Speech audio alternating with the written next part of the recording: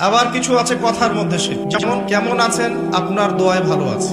কেমন আছেন, আপনার দোয়ায় ভালো আছে। আপনার মায়ের কি অবস্থা, মায়ের অবস্থা ভালো, ডাক্তারটা সময় মতো না আসলে মাকে বাঁচানো যেত না।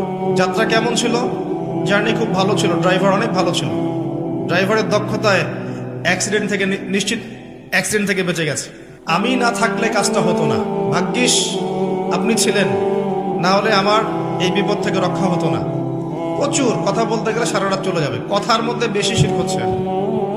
এমনকি অনেক গানের লিরিক্স দেখবেন, তোমাকে ছাড়া বাঁচবো না, তুমি আমার জীবন, তুমি আমার মরণ, এ ধরনের কথা আছে না? আসমান জমিন চন্দ্র সূর্য সব তোমার, তোমার জন্য চাঁদ নিয়ে এসে দিব, চাঁদে বাড়ি বানাবো, কত কথা। এই শিরিক এবং তাওহীদটাকে শেখেন। শেখার পরে আপনি উপন্যাস পড়বেন, কবিতা পড়বেন, গানের লিরিক্সগুলো পড়বেন, দেখবেন যে শিরিক দিয়ে ভর্তি। এমনি এমনি আল্লাহ পাক বিষয়গুলোকে হারাম করেন না, এখানে শিরক আছে, অনেক ক্ষেত্রে কুফরি কথা আছে, অনেক ক্ষেত্রে আবার ভক্তি প্রদর্শন করতে গিয়ে অতি ভক্তি হয়ে যাচ্ছে, আর হারাম ইনস্ট্রুমেন্ট তো আছেই। সব মিলিয়ে এই বিষয়টা হারাম। তার উপরে আবার এটা আপনার সময় কিল করবে এবং আপনাকে আল্লাহর জিকির থেকে সরিয়ে দেবে। যখন আপনি এগুলোর মধ্যে ডুবে যাবেন, ওই মোমেন্টে আপনি আল্লাহকে ডাকতে পারবেন না, ওই সময়টা ওরা খেয়ে ফেললো। সব মিলিয়ে বিষয়টা হারাম। তো এরকম কথায় অনেক শিরক হয়।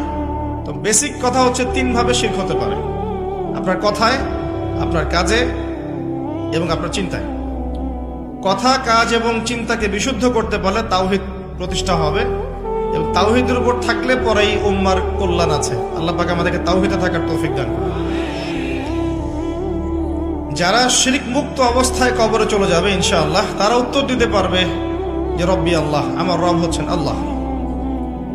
যখন দ্বিতীয় প্রশ্ন করা হবে মা দীনুক, দুনিয়াতে যারা দিন ইসলামকে ঠাট্টার ছলে গ্রহণ করেছে, হাসি তামাশার মতো, ইসলামের কিছু অংশ ভালো লাগে গ্রহণ করেছে, কিছু অংশ ভালো লাগে না গ্রহণ করে নাই, যতটুকু করলে কোনো সমস্যা হয় না করে, যেটা করলে সমস্যা হয় করবে না, ইসলামকে পরিপূর্ণ জীবন ব্যবস্থা রূপে বিশ্বাসই করে না, মনে করে ইসলাম এই যুগে চলে না, ওই যুগে চলতো, ইসলাম সেকেলে ব্যাকডেটেড, এখন আমরা আধুনিকতার সময় আছি ইত্যাদি, ইসলামের সব বিধান এখন আসলে প্রযোজ্য নয়, এগুলো আগে চলতো এখন হয়তো চলে না। যদি ইসলাম সম্পর্কে এমন ধারণা থাকে মানুষের, সে উত্তর দিতে পারবে না যে মা দীনুক, তোমার দিন কি। যারা পরিপূর্ণরূপে ইসলামকে গ্রহণ করেছে মননে, যে ইসলাম একমাত্র জীবন ব্যবস্থা যেটা আল্লাহর কাছে গ্রহণীয়, এবং এখানে প্রত্যেকটা বিষয়ের সমাধান আছে। হ্যাঁ, আমি হয়তো আমল করতে পারছি না বা বাস্তবায়ন করতে পারছি না, কিন্তু আছে ইসলামের মধ্যে, এই আকীদা ঠিক আছে। আমল আপনি করতে পারবেনও না, এখন যে যুগ চলছে, এই যুগে আপনি পরিপূর্ণ ইসলাম পালন করতে পারবেন না। বড় গলায় বলে আসলে লাভ নেই, খুব বড় গলায় বলে লাভ নাই যে আমরা সবাই পরিপূর্ণ মুসলিম। যদি এটাই সত্য হতো তাহলে আমাদের আজকে অবস্থা হতো না। নাসুল্লাহ ফানাসিয়াহুম, তারা আল্লাহকে ভুলে গেছে, আল্লাহ তাদেরকে ভুলে গেছে। অনেক আয়াত আছে, আমি আস্তে আস্তে ওইদিকে যাব। আজকে আমাদের যে অবস্থা পুরো বৈশ্বিক প্রেক্ষাপটে, এর পিছনে আমরা দায়ী। মূলত আমরা ছাড়া দ্বিতীয় কেউ দায়ী নয়। শত্রু, ইসলামের শত্রু যারা, তারা তো শত্রুতা করবেই, তাদেরকে দোষ দেওয়ার তো দরকার।